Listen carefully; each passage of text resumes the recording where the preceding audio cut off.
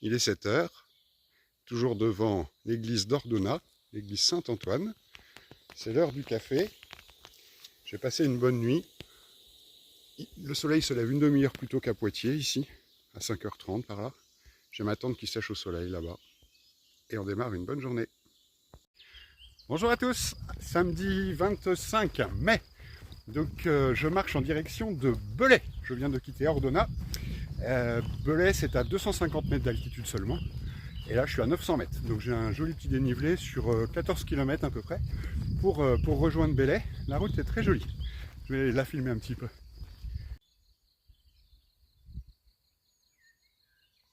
Une jolie route qui ondule sous le soleil avec de belles vues sur les nuages.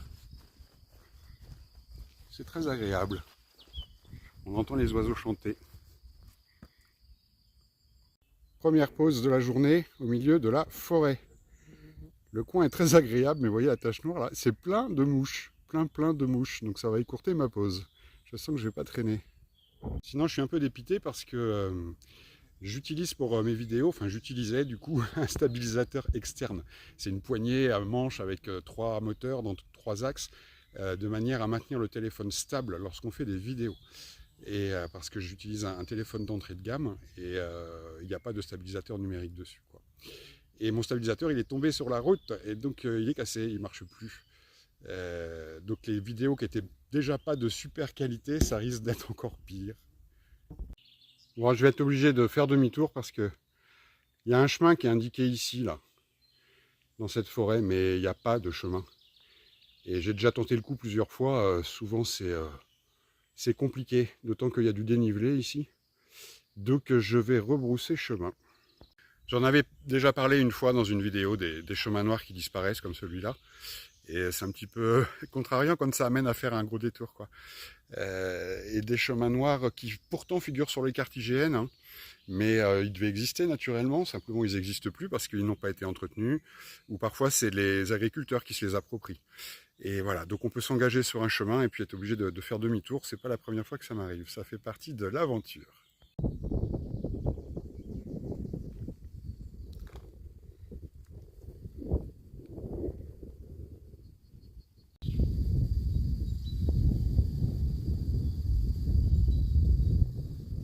Petite pause à l'ombre d'un lavoir, dans un petit village très authentique.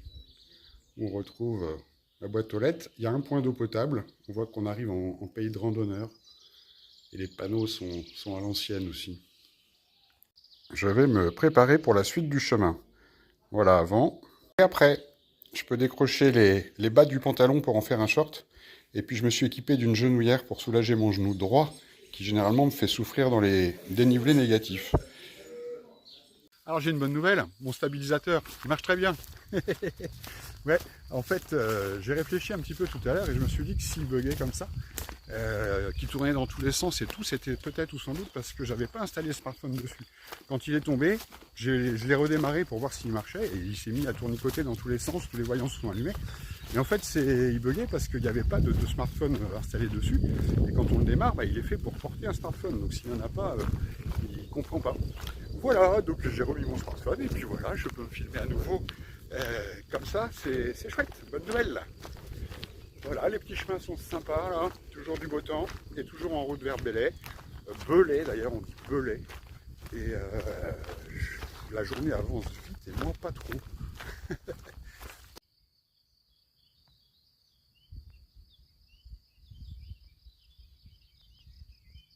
Donc je vais à Belay, qui est derrière la première crête là. Et puis ensuite, je vais dans cette direction-là, à Chambéry, qui est à 35 km d'ici, à vol d'oiseau.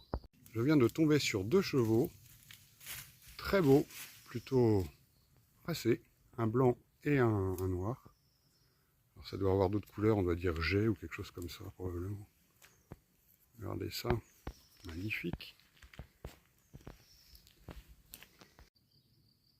Nous arrivons au village de Contrevose, ou Contrevaux, parce que j'ai l'impression qu'ici on ne prononce pas les Z.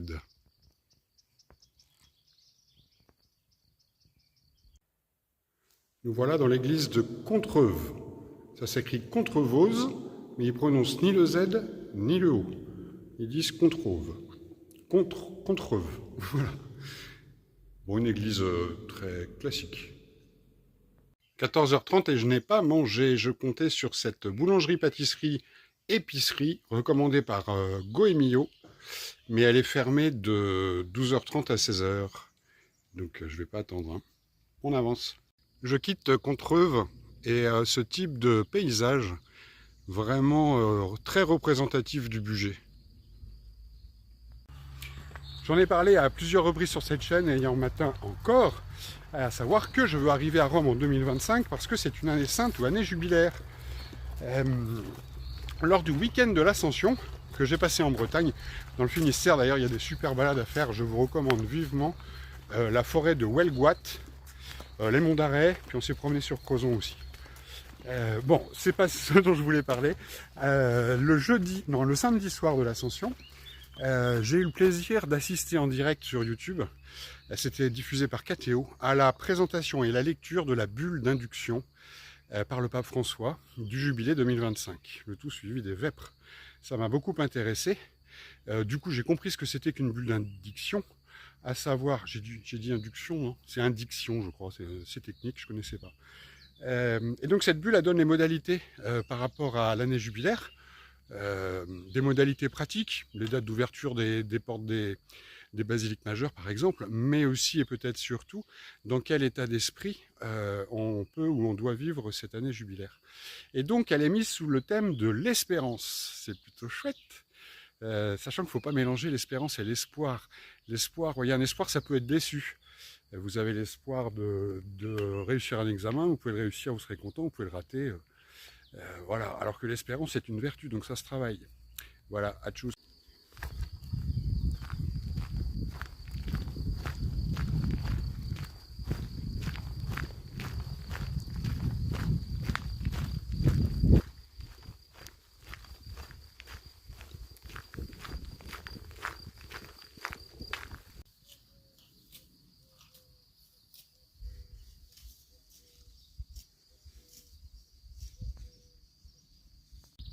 Il y a des noms marrants quand même, hein. Là je suis route de la Dent du Chat.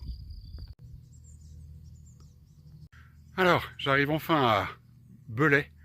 Et je suis pas mécontent parce que je croyais que c'était à 14 km d'Ordona.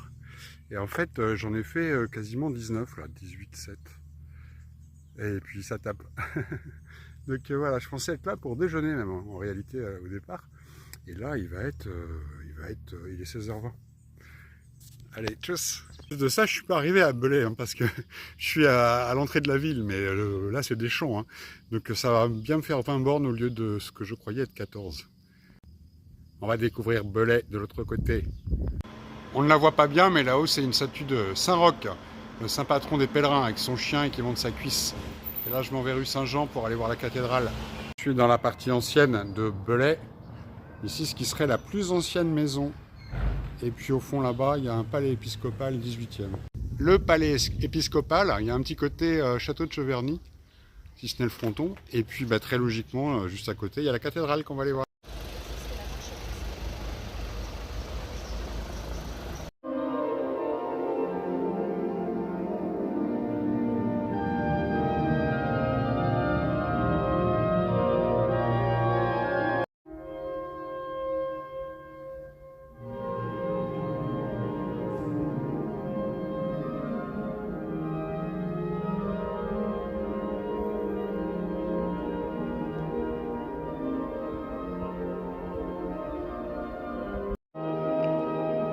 Saint Jean-Marie Vianney. Alors j'ai enfin quitté les zones commerciales et industrielles de Belay, où j'en ai profité pour faire des courses pour 5 repas, demain dimanche et puis lundi. Et je suis dorénavant au bord du Rhône, qui est d'une dimension conséquente. Il y a encore les bruits de la ville au loin, et je commence à chercher un lieu de bivouac sympa. Il y a un lac un peu plus loin qui s'appelle le lac du Lit du Roi. Je vais voir si je peux m'y mettre. Toujours le long du Rhône. Et en fait, je suis sur une piste cyclable qui s'appelle la Via Rhôna.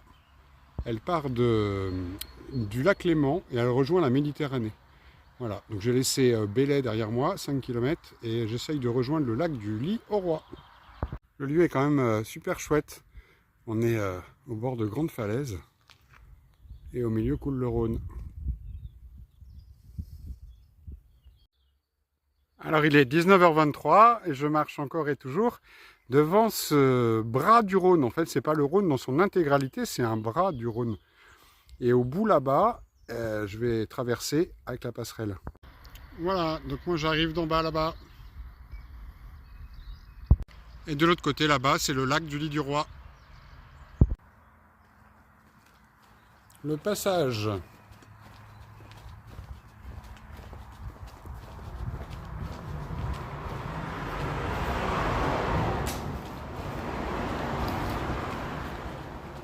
Donc là, je suis sur une piste cyclable et en préparant mon périple, j'avais pas réussi à avoir une information sûre et fiable à ce sujet, à savoir si les piétons peuvent emprunter cette piste cyclable. Et oui, c'est sûr que oui, parce que c'est indiqué sur le panneau.